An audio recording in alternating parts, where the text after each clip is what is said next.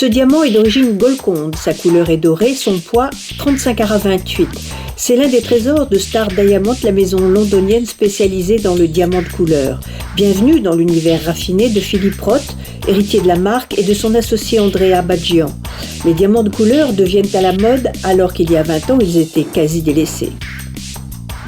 Tiens, un Warhol très rare et très cher, comme ces précieuses gemmes. Dans le passé, vous avez une situation où il y avait plus de diamants que des gens qui n'en voulaient. Aujourd'hui, c'est le contraire. Donc, de ce fait, automatiquement, on a pu constater une demande assez importante les 10 dernières années. Naturellement, une grande demande qui vient des pays d'Extrême-Orient, plus précisément la Chine, les Indes, etc. Et on a pu constater une courbe assez importante. Les prix ont évolué, monté, la demande est de plus en plus grande. Ici, tout ce qui brille est en or, platine ou diamant, le top. Vous avez ce qu'on appelle le haut de gamme et vous avez ce qu'on appelle le diamant, je dirais, de tous les jours, pour l'appeler ainsi. Le haut de gamme est un marché qui fonctionne complètement différemment du restant des marchés. C'est très niche. C'est lié à une population, une certaine classe qui peuvent se permettre. Naturellement, ici, il s'agit de pièces particulièrement importantes à des prix assez élevés. Et effectivement, ce qu'on a constaté, c'est que le nombre de millionnaires, etc., a augmenté de façon considérable, ce qui fait que ce genre de bijoux, naturellement, est nettement plus en demande qu'il n'a jamais été. Le marché des diamants et diamants de couleur intéresse le monde entier avec quand même quelques nuances. Le marché principal est en fait aux États-Unis. Il contrôle 45 à 50% de la consommation mondiale. Ce qui s'est passé les dernières années, c'est que la Chine avec les Indes représente actuellement 20%. Donc il y a un développement qui a eu lieu les dernières années. Alors si on analyse plus ou moins le type de diamants qui sont consommés, en Chine vous avez un autre type de diamant qui est consommé par rapport aux États-Unis. Aux États-Unis c'est beaucoup plus, je dirais, un diamant plus commercial. Et en Chine, les critères ont des critères, je dirais, complètement différents, je dirais plus basés sur la beauté, la perfection, etc.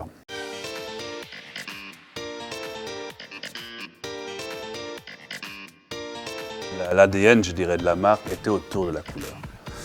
Donc d'où le fait qu'on a décidé de se lancer dans le diamant de couleur, principalement le diamant de couleur, et que dans l'intégralité des pièces que vous allez voir chez nous, en général, vous allez retrouver la couleur. Maintenant, la couleur elle-même a toujours existé. C'est pas que le diamant de couleur, il a toujours existé, il n'a pas été créé, c'est pas un marché qui a été... Par contre, il n'a jamais été mis vraiment en évidence. Il a commencé à être mis en évidence, je crois, de plus en plus à partir des années 2000, etc. D'abord, on a toujours cherché la différenciation. Donc, il y a certaines personnes qui ont fait le diamant, je dirais, plus jaune, par exemple, qui ont voulu mettre en évidence le diamant jaune et qui ont développé le concept du diamant jaune. Vous avez également d'autres personnes qui ont voulu développer beaucoup plus le diamant noir. Donc, ce qui s'est passé, c'est que de plus en plus, la couleur est ressortie.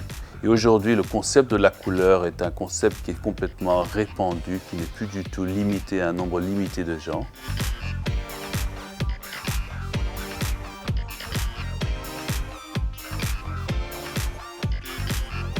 Ces splendeurs sont taillées dans le secret d'un atelier parisien avec une grande passion. C'est comme si le diamant de couleur devenait à la mode. Surtout, on a remarqué cet engouement du public depuis les années 2008-2009 avec la crise. Tout le monde a remarqué que le diamant de couleur a gardé sa cote, les prix, et le prix n'a cessé d'augmenter depuis. Il y a plus de demandes de pierres disponibles sur le marché. Sans exagérer, les prix ont dû croître à un rythme de 20% annuel en moyenne les 3-4 dernières années. Là, et ces couleurs-là, les pastels également, ont pris des envolées que nous n'avions jamais vues dans le passé. La preuve, je crois qu'il y a une pierre qui s'est vendue à un record ou à peu près un record, que cette pierre qui a été vendue chez Christie's notamment il y a 2 semaines a atteint plus de 2 millions de dollars par carat. Le Tiffany Diamond 128 carats 53 Vivid Yellow n'est pas à vendre, les autres oui.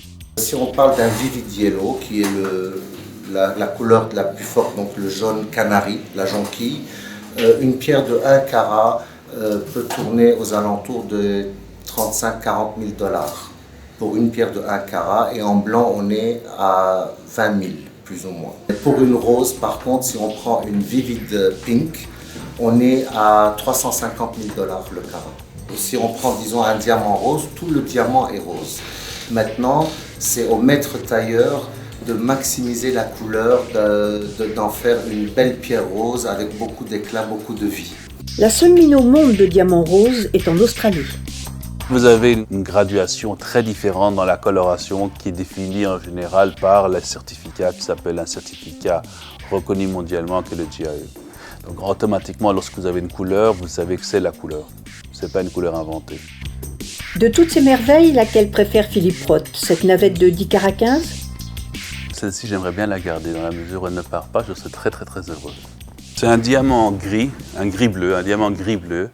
Mais au-delà de cela, c'est toute la création autour de cette pierre qui est particulièrement incroyable. Donc il faudrait voir la pièce pour comprendre. Mais je suis tombé personnellement très amoureux de cette pièce-là et si on peut la garder, ça me ferait grand plaisir. Ça, c'est un rubis, mais il existe aussi des diamants rouges. Le rouge est le plus rare dans les diamants de couleur. La plus grande qui existe est de 5 carats. Mais la majorité des diamants rouges tournent autour de 1 carat. Les verts, c'est la deuxième couleur la plus rare. Mais vert, ça doit être un vert qui représente le gazon, l'herbe. Ça, c'est le diamant vert qui est cher, qui est le Vivid Green, sans teinte de jaune, juste du pur vert. Ça, c'est des diamants qui sont aux alentours de 1,5 million à 2 millions de dollars le carat. Ce pink champagne de 32 carats 21 est mon préféré.